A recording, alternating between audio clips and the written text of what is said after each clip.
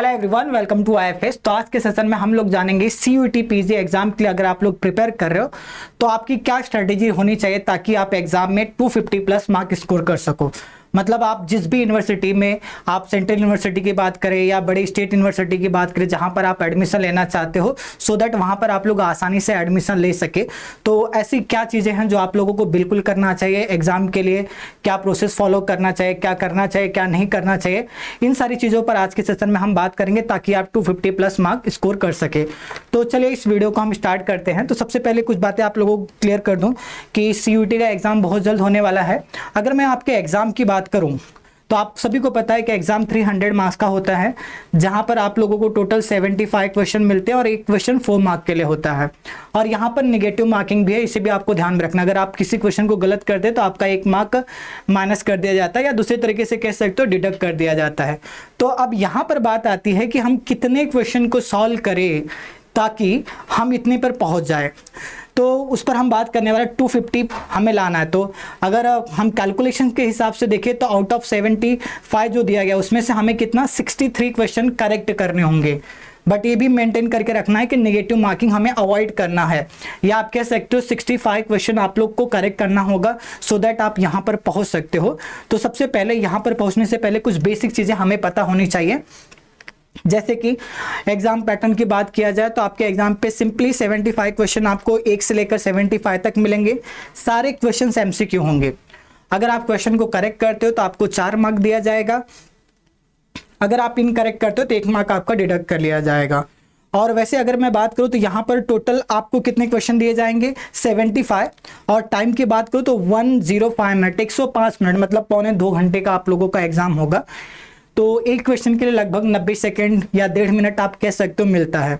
और सीयूईटी के एग्जाम में जो क्वेश्चन आते हैं, अगर आप लोगों ने जैम के लिए प्रिपेयर किया है तो आपको पता होगा, नहीं भी किया है तो कोई दिक्कत नहीं। सीयूईटी के क्वेश्चन काफी आसान होते हैं जिसे आप लोग आसानी से सॉल्व कर सकते हो। ठीक है, तो बस आपको क्या करना है, कुछ बेसिक चीजें फॉलो करना है ताकि आप जो भी क्वेश्चन सॉल्व कर रहे हैं बड़े आसानी से सॉल्व कर सको। और उसके लिए आपको क्या करना है, कौन से टॉपिक को पिक करना है, किस क्वेश्चन के लिए कितना टाइम देना है, इस पर भी हम लोग आज के सेशन में चर्चा करेंगे। तो सबसे पहले ना आपको थोड़ा सा आइडिया दे दूं कि जो आपका सिलेबस है, आपका कोशिश क्या होगा 80 to 85% सिलेबस आपको कवर करना है। देखिए आपके सिलेबस में क्या क्या है, एक तो अलजेब्रा है, कॉम्प्लेक्स एनालिसिस है, डिफरेंशियल इक्वेशन है, रियल एनालिसिस है, इंटीग्रल कैलकुलस है, वेक्टर कैलकुलस है और लीनियर प्रोग्रामिंग है। तो आपको कोशिश करना है कि 80 to 85% एटलीस्ट आपका कंप्लीट होना चाहिए। और कंप्लीट ही नहीं, सिर्फ नाम के लिए कंप्लीट नहीं होना चाहिए, प्रॉपरली आप अच्छे से पढ़िए, रिवाइज करिए, हर एक कॉन्सेप्ट, हर एक रिजल्ट आपको पता होना चाहिए। ऐसा ना हो कि कोई रिजल्ट आ गया है एग्जाम में आपको ध्यान ना आए, ये चीज़ें नहीं होनी चाहिए। तो मतलब रिविजन भी यहाँ पर काफ़ी इंपॉर्टेंट है। तो और कोशिश करें कि अगर आप कर सकते हैं 100% सिलेबस कंप्लीट कर सकते हैं तो बहुत बढ़िया होगा। 100% अगर आप करके जाते हैं तो आपके और चांसेस बढ़ जाते हैं कि 250 प्लस तक पहुंचा जा सके। ठीक है, तो सबसे पहले आप लोग सिलेबस पर फोकस करिए, सिलेबस को कंप्लीट करने की कोशिश करिए। और यहाँ पर देखिए मैं आप लोगों को पिछले 2 साल का पेपर एनालिसिस लेकर आया हूँ ताकि एक आपको आइडिया मिल जाए एग्जाम पॉइंट ऑफ व्यू से कौन से टॉपिक काफ़ी इंपॉर्टेंट होते हैं। तो ऐसे टॉपिक को आपको बिल्कुल भी नहीं छोड़ना है। जो मैंने कहा 80 to 85% तक कवर करना है तो उसमें इनको इंक्लूड करना है। जैसे रियल एनालिसिस से 13 क्वेश्चन आया लास्ट टाइम, लीनियर अलजेब्रा से आपको देख सकते हो कितने क्वेश्चन पूछे गए हैं, 13 क्वेश्चन पूछे गए हैं। अब्स्ट्रैक्ट से 9 क्वेश्चन पूछे गए हैं। अब्स्ट्रैक्ट में आपका देख सकते हो group theory, ring theory, field theory include है। इंटीग्रल कैलकुलस से 5 क्वेश्चन है, वेक्टर से 12 क्वेश्चन है, ओडीई से 11 क्वेश्चन है, कॉम्प्लेक्स से 9 है, एलपीपी से 3 है। तो अगर हम बात करें ओवरऑल, अगर आप देखो तो लगभग सारे क्वेश्चन इक्वल अमाउंट में पूछे जाते हैं। लास्ट टाइम एलपीपी से थोड़ा कम पूछा गया था और इंटीग्रल से कम पूछा गया था, बाकी सब में 9, 10, 11, 12। तो यहाँ पर हम ये कह सकते हैं ना, आपके जितने भी यूनिट हैं सारे इक्वली इंपॉर्टेंट, आपको सारे करना चाहिए। पहले आप रियल से जो सीक्वेंस दिया गया इस सीक्वेंस को भी आप फॉलो कर सकते हो। रियल करना है, linear, abstract, integral, vector, ODE, complex, LPP भी कोशिश करो कि करके आप लोग जाओ, जितना भी हो सकता है उसे करके जाओ। मेरा ये मानना है कोई भी टॉपिक ना छोड़ो। अगर बहुत ज़्यादा आपको छोड़ने की जरूरत आ जा रही है तो मे भी एलपीपी पे आप ऐसा चांस ले सकते हो, बट बाकी सारे सिलेबस को एक बार आप लोग कंप्लीट करके जाइएगा। और कोई भी टॉपिक या कोई भी पॉइंट मत छोड़िएगा किसी भी सब्जेक्ट के लिए। ऐसे रियल में हो सकता है कि आप सिलेबस देखेंगे एक आध पॉइंट में दिक्कत हो, कोई दिक्कत नहीं, अभी आपके पास टाइम है, उन सारी चीज़ों को आप लोग अच्छे से कर लीजिए, सिलेबस पूरा कंप्लीट करिए।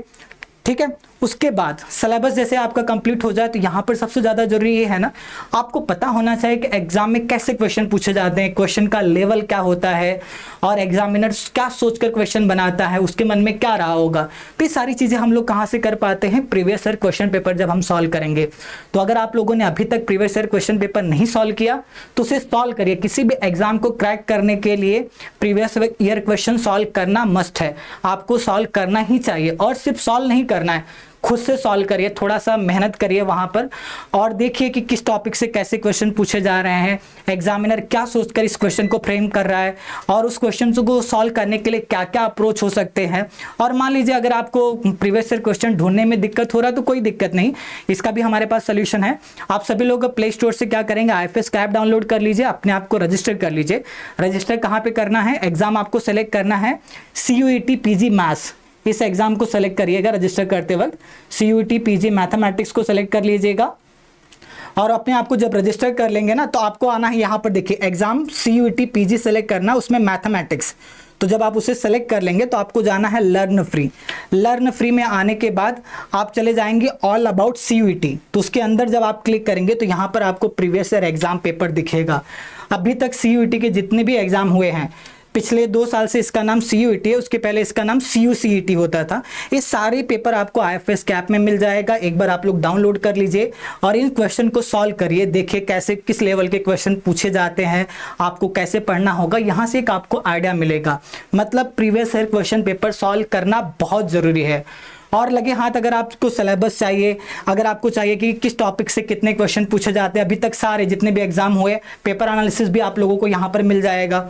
और CUET के लिए क्वेश्चन प्रैक्टिस अगर आप करना चाहते हो तो क्वेश्चन भी आपको ऐप में मिलेगा।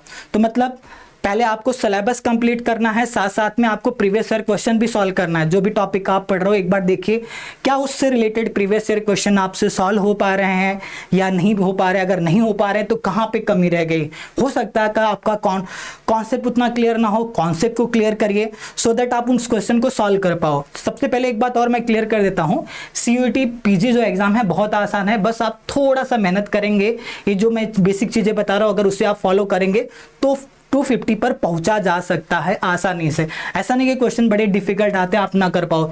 जैम के अगर आप क्वेश्चन उठाकर देखोगे तो CUET से काफी डिफिकल्ट क्वेश्चन होते हैं जैम में, CUET में काफी सिंपल क्वेश्चन आते हैं एज कंपेयर टू जैम। तो आप कह सकते हो CUET एग्जाम क्रैक करना, 250 प्लस पहुंचना वहां पर आसान है, बस आपको इस चीजों पर फोकस करना होगा। ठीक है, उसके बाद आप लोगों को क्वेश्चन की प्रैक्टिस करना बहुत जरूरी है, क्योंकि जो एग्जाम में क्वेश्चन आएंगे ना उन क्वेश्चन को कैसे सॉल्व करना है तो हम लोग कैसे सीखेंगे, जब हम मैक्सिमम नंबर ऑफ क्वेश्चन की प्रैक्टिस करेंगे। तो आप डेली लग जाइए कि हर सब्जेक्ट के लिए कि आज मैं रियल के क्वेश्चन सॉल्व करूंगा, आज मैं लीनियर के करूंगा, ग्रुप के करूंगा। एक प्रॉपर शेड्यूल बनाइए कि भाई इतने टाइम पर मैं कॉन्सेप्ट पढ़ूंगा, इतने टाइम पर रिवाइज करूंगा, इतने टाइम पर मैं क्वेश्चन की प्रैक्टिस करूंगा, क्वेश्चन को कैसे सॉल्व करना है, कैसे टैकल करना, वो सारी स्ट्रैटेजी मैं सीखूंगा। और अगर आपका सब्जेक्ट मैथमेटिक्स है तो आपको काउंटर एग्जाम्पल बनाने आना चाहिए। काउंटर एग्जाम्पल का मतलब क्या होता है, जैसे कोई एक क्वेश्चन दिया गया है, अब यहां पर 4 ऑप्शन दिए गए A, B, C and D, तो कोई एक ही करेक्ट होगा क्योंकि आपके एग्जाम में सारे CUET की अगर मैं बात करूं सारे MCQ क्वेश्चन पूछे जाते हैं, तो कोई एक करेक्ट होगा। तो 3 ऑप्शन इनकरेक्ट क्यों हैं, उसे हमें डिस्कार्ड करने के लिए हमारे पास कोई एग्जाम्पल होना चाहिए। जो एग्जाम्पल इन ऑप्शन को कहे नहीं भाई ये गलत है, उसे हम काउंटर एग्जाम्पल कहते हैं। अगर आपका काउंटर एग्जाम्पल बनाने की टेक्निक स्ट्रांग है, आधा से ज्यादा एग्जाम तो आप वहीं पर क्रैक कर चुके हो और बचा हुआ आधा एग्जाम आप क्वेश्चन प्रैक्टिस से, PYQ से, कॉन्सेप्ट से, रिवीजन से क्लियर कर सकते हो। ठीक है, तो एक कुछ चीजें हैं जो आपको ध्यान में रखना है। क्वेश्चन प्रैक्टिस बहुत ही जरूरी है, यहां से हमें आइडिया लगता है कि नए क्वेश्चन को हमें कैसे टैकल करना है, नए क्वेश्चन से हमें कैसे लड़ना है। और अगर आप लोगों को क्वेश्चन सॉल्व करने के लिए क्वेश्चन की कमी पड़े, CUET के प्रीवियस ईयर क्वेश्चन करना ही है, उसके साथ साथ आप जैम के प्रीवियस ईयर क्वेश्चन कर सकते हो, नेट के कर सकते हो, गेट के कर सकते हो। अगर ये सारे प्रीवियस ईयर क्वेश्चन आप करते हो ना तो CUET फिर आपके लिए काफी आसान हो जाएगा।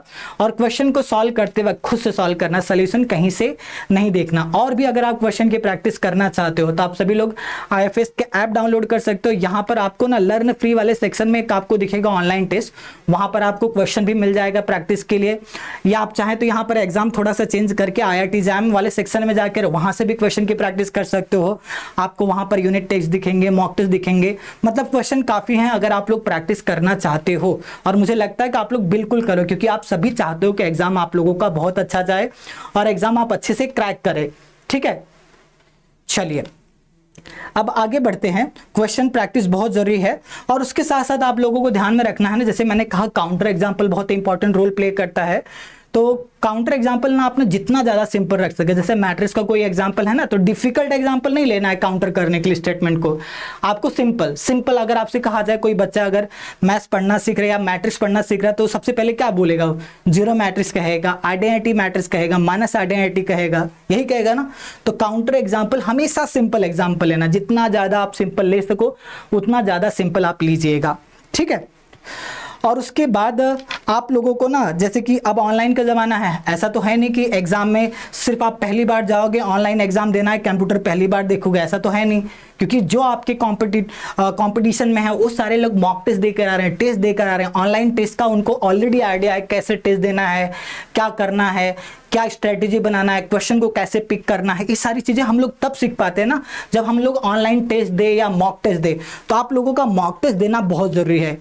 तो मॉक टेस्ट अगर आप नहीं देके जाते हो ना, तो जो आपके बाजू में स्टूडेंट बैठा होगा वो हो सकता है 5 mock test 10 mock test already देकर आया हो, उसे आपसे ज़्यादा आइडिया हो कैसे क्वेश्चन को सेलेक्ट करना है, कहाँ से स्टार्ट करना है, कैसे आगे बढ़ना है, किस क्वेश्चन को कितना टाइम देना है। सबके लिए एक स्ट्रैटेजी होती है, तो वहाँ पर आप पीछे रह जाओगे। तो मॉक टेस्ट देना भी बहुत ज़रूरी है। अगर आप लोग मॉक टेस्ट देते हो ना, तो आपको एक आइडिया आता है, अच्छा इस टाइप के क्वेश्चन मुझसे सॉल्व हो पा रहे हैं, इस टाइप के क्वेश्चन मुझसे नहीं सॉल्व हो पा रहे हैं, ऐसा कौन सा क्वेश्चन है जो कम समय ले रहा है जिसे मुझे पहले करना चाहिए। क्योंकि एग्जाम आपका ज़्यादा समय का नहीं, सिर्फ 105 मिनट का है, तो एक क्वेश्चन को करने के लिए लगभग 90 सेकंड्स का आपको समय मिलेगा, अप्रॉक्सीमेट में कह रहा हूं, एग्जैक्ट नहीं। तो इतने में एक क्वेश्चन आपको सॉल्व करना है, तो यहां पर आप बिल्कुल भी टाइम वेस्ट नहीं कर सकते हैं। ऐसा नहीं कि आप एक क्वेश्चन को लेकर 5 मिनट तक लगे रहता, ऐसा बिल्कुल नहीं करना है। ऐसे क्वेश्चन को आपको छोड़ के आगे बढ़ना, जो आपको लगे यार उस वक्त आपसे नहीं हो रहा है, टाइम लग सकता है, उस क्वेश्चन को छोड़ो, आगे चलो। किसी भी क्वेश्चन को पढ़ने के बाद अगर 10 सेकंड के अंदर आप 2 ऑप्शन उसका डिस्कार्ड नहीं कर पा रहे हो, तो उस क्वेश्चन को छोड़कर आप आगे बढ़ो। क्योंकि जो भी है 105 मिनट में करना है, ऐसा नहीं कि 10-15 मिनट किसी क्वेश्चन पे लगा दिया आपने, बाकी क्वेश्चंस आप लोगों के छूट जाएंगे। तो ये गलती आप लोगों को नहीं करनी है। तो देखो, ये जो हम स्ट्रैटेजी बनाते हैं, किस क्वेश्चन को कितना टाइम देना है, कैसे क्वेश्चन को पिक करना है, ये हम लोग तब सीख पाते हैं ना जब हम लोग मॉक टेस्ट देते हैं। मतलब आप कह सकते हो एग्जाम से पहले मॉक टेस्ट क्या होता है, कंप्लीट सिलेबस में पूरे बिल्कुल एग्जाम के पैटर्न का होता है। 75 क्वेश्चन मॉक टेस्ट में भी होंगे, और जब आप इसी में पार्टिसिपेट करेंगे, 5 मॉक टेस्ट फॉर एग्जाम्पल आप दे के जाओगे ना एग्जाम में, तो आपका कॉन्फिडेंस बढ़ा होगा। ऐसा लगेगा आपको ना कि अच्छा मैं 5 बार ऑलरेडी CUET का एग्जाम दे चुका हूँ, ये 6वीं बार देना आया हूँ। अब आपके पास तो बहुत सारा एक्सपीरियंस है एग्जाम देने का, तो वहां पर ये आपको मदद करता है। तो मेरा ये मानना है आप सभी लोगों को बिल्कुल मॉक टेस्ट देना ही देना चाहिए अगर आप CUET के एग्जाम में अच्छा परफॉर्म करना चाहते हैं। तो अगर आप चाहते हैं कि बुरा परफॉर्म करना है तो कोई बात नहीं, और मुझे नहीं लगता आप लोग चाहते होंगे कि बुरा आपको परफॉर्म करना, आपको कम मार्क्स लाना, ऐसा तो कोई नहीं सोचता। सारे चाहते हैं कि उनको अच्छा मार्क मिले और अच्छा स्कोर करके आए एग्जाम में। ठीक है, और उसके बाद जब आप लोग क्वेश्चन पेपर को सॉल्व करो ना, स्मार्टली सॉल्व करना। स्मार्टली सॉल्व करने का मतलब ये है ना, काउंटर एग्जाम्पल की मदद से ऑप्शन को फटाफट डिस्कार्ड करना, काउंटर एग्जाम्पल फटाफट बनाना, रिजल्ट और प्रॉपर्टी यूज करके क्वेश्चन को सॉल्व करना। ऐसा नहीं कि आपको एक मैट्रिक्स दे दिया गया, फॉर एग्जाम्पल कहा गया 1 2 3 0 4 5 0 0 7, अब आपसे कहा गया इसके आइगन वैल्यू फाइंड करो।